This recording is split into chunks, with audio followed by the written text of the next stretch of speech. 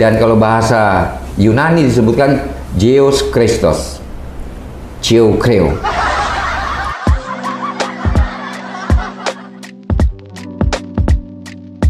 Shalom alaikum, selamat datang kembali di channel ini. Balik lagi dengan saya Luis Prasetyo di sini. Saya bersyukur sekali sudah bisa mulai aktif untuk membuat video lagi. Beberapa bulan ini, beberapa minggu ini benar-benar sibuk.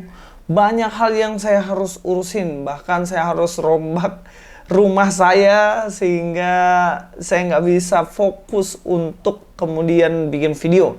Tapi bersyukur sekarang dengan studio yang baru dan juga tentunya dengan semangat yang baru, kita kembali lagi belajar tentang apologetika. Kita juga nggak hanya belajar apologetika, teman-teman bisa mengikuti khotbah-khotbah saya dan juga pembahasan-pembahasan yang lainnya sehingga channel ini boleh luas wawasan yang diberikan secara edukatif. Kali ini saya akan meluruskan pemikiran dan pandangan dari mualaf yang ngakunya mantan pendeta yang besar di Papua sana. Dan itu katanya. Tapi memang pengikutnya banyak yang mengeluh-elukan, orang ini orang yang pintar. Makanya dia kalau mualaf pasti orang yang pintar. Tapi kita akan uji dulu, apakah benar-benar orang ini pintar seperti yang digembor-gemborkan, atau justru sebenarnya ngelucu dan ngelawak aja guys. Dan apa yang dia sampaikan, mari kita langsung nonton videonya. Hambanya itu siapa? Yesus Kristus. Jadi bukan berarti sama. Karena dilihat dari namanya saja. Makanya dilihat dari namanya. Kalau kita gali nama daripada Yesus sendiri, itu kita akan ketemu ya dalam bahasa Ibrani dan juga dalam bahasa Yunani dan juga dalam bahasa Inggris. Nggak apa-apa ya Ustadz ya? Iya, nggak apa-apa. Jadi dan dalam bahasa Indonesia. Bahasa Indonesia disebutkan Yesus Kristus. Kalau bahasa Inggris disebutkan Jesus Christ.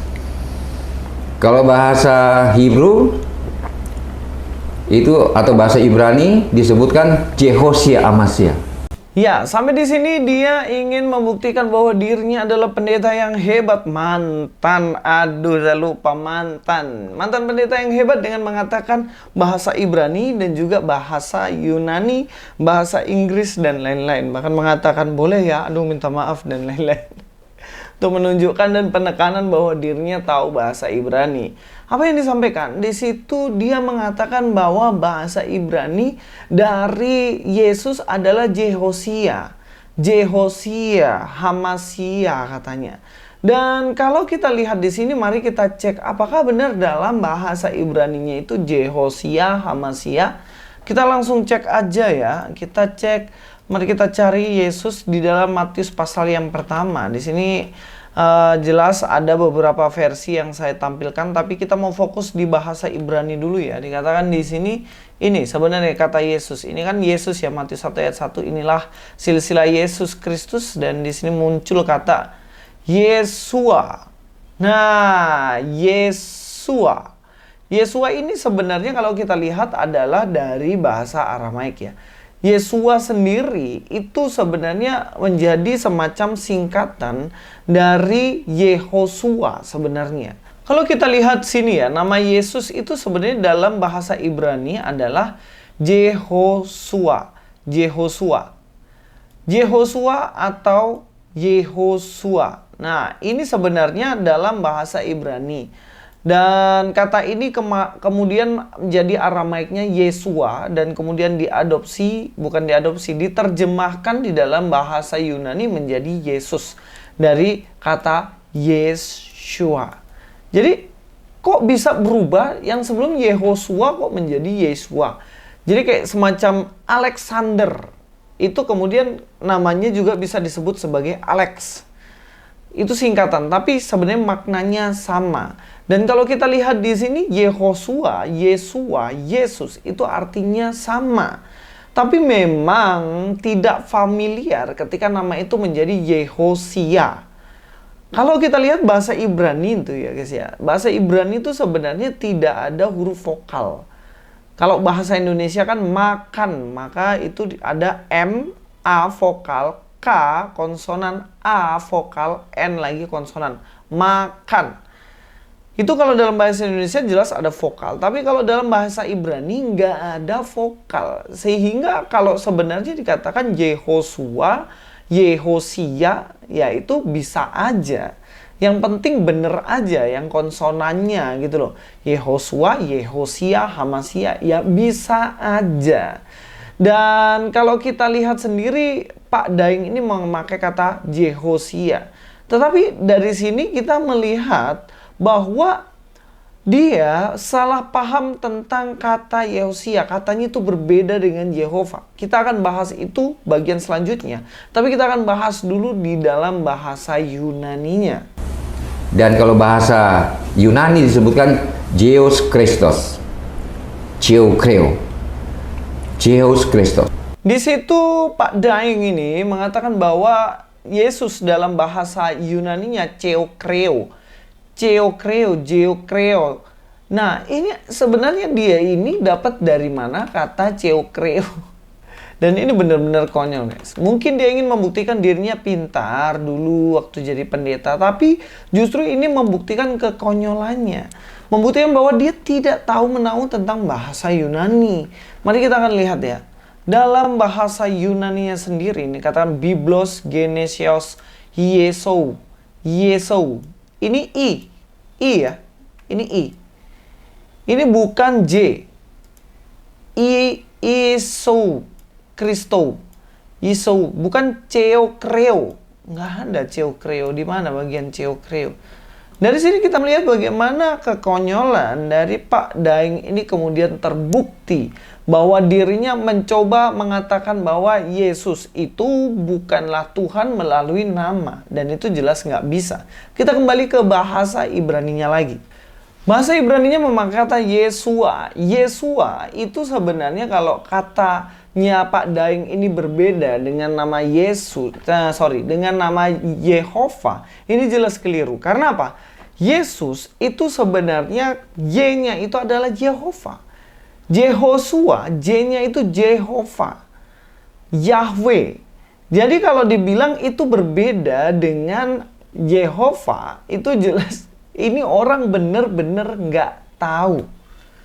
Nah, inilah konyolnya. Kalau Anda orang pendeta teologi pasti tahu bahwa Yehosua itu J-nya itu adalah Jehova atau Yahweh. Jadi kalau Anda membedakan itu dengan mengatakan Yahweh dan Yehosua itu berbeda, Anda jelas keliru. Karena Yehosua jelas adalah Allah, Yehova, Yahweh yang menyelamatkan umatnya, jelas. Makanya Yesus itu di dalam kitab Matius dikatakan dia akan dinamai Yesus karena ia akan menyelamatkan umatnya dari dosa mereka. Jelas sampai di sini bahwa jika Pak Daeng benar-benar tahu bahwa Yehosua dan juga Yehova itu sebenarnya sama aja, dia nggak akan ngomong sekonyol itu, guys. Kita akan lanjutkan di mana Pak Daeng ini mengatakan bahwa Yesus itu pencipta doang dan Yahweh itu adalah sang pencipta. Jelas keduanya berbeda. Anda sebenarnya harus baca Alkitab dengan baik, Pak Daeng, supaya ngomongnya nggak sembarangan. Nah, sementara kalau kita melihat nama-nama ini, itu artinya bahwa sama, ya. Dia sama dengan, ya kan, dalam arti sama dengan Yehosia, Amasia. Berarti siapakah yang sama dengan dia? Sama dengan siapa? Dengan Allah. Bukan berarti bahwa dia itu sama dengan penciptanya. Antara Yehosia, Amasia dengan Yehova itu adalah nama yang sangat berbeda. Tidak sama dan memiliki arti juga yang berbeda. Jadi tidak akan mungkin Yehosia, Amasia sama dengan Yehova. Ya, karena Yehova itu adalah Khalik, pencipta. Sementara kalau Yehosia, Amasia itu adalah ciptaan yang diberikan kuasa atau kesanggupan. Dalam Kejadian dikatakan ya, ayat 3 nih, berfirmanlah Allah, jadilah terang, lalu terang itu jadi. Kata berfirman atau dalam bahasa Yunaninya logos. Kita kalau lihat dalam Yohanes 1 ayat 1, pada mulanya adalah firman. Firman itu bersama dengan Allah dan firman itu adalah Allah. Dari sini aja sudah jelas bagaimana firman itu adalah Allah. Logos adalah Allah. Baru siapa logos ini? Logos itu kalau kita lihat di ayat 14, firman itu, logos itu telah menjadi manusia. Dan ini adalah Yesus. Yesus kalau kita lihat di ayat 4, dalam dia ada hidup dan hidup itu adalah terang manusia. Dan ini adalah siapa? Yesus. Dan di ayat ketiga dikatakan, segala sesuatu dijadikan oleh dia dan tanpa dia tidak ada sesuatu pun yang telah jadi. Jadi tidak ada satupun yang bisa jadi dunia ini tanpa Yesus menciptakannya. Dan kalau kita lihat dalam bagian lain ya, dalam 1 Korintus 8 ayat yang ke-6. Namun bagi kita hanya ada satu Allah saja, yaitu Bapa yang daripadanya segala sesuatu dan yang untuk dia kita hidup, dan satu Tuhan saja, yaitu Yesus Kristus yang olehnya segala sesuatu telah dijadikan.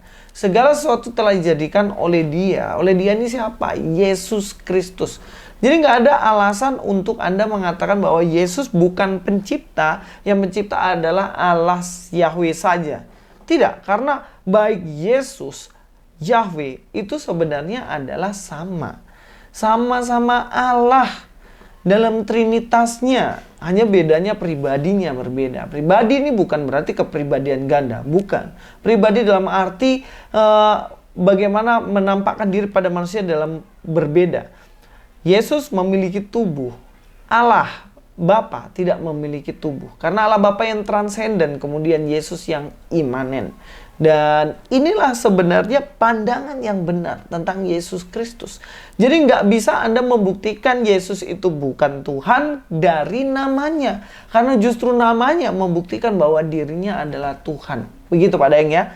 Terima kasih, sampai ketemu di video selanjutnya. Mudah-mudahan apa yang jadi ulasan saya ini berguna, bermanfaat buat teman-teman semuanya. Dan mari kita semangat belajar tentang Alkitab. Dan sampai ketemu di video selanjutnya. Louis Prasetyo sini. God be with you all.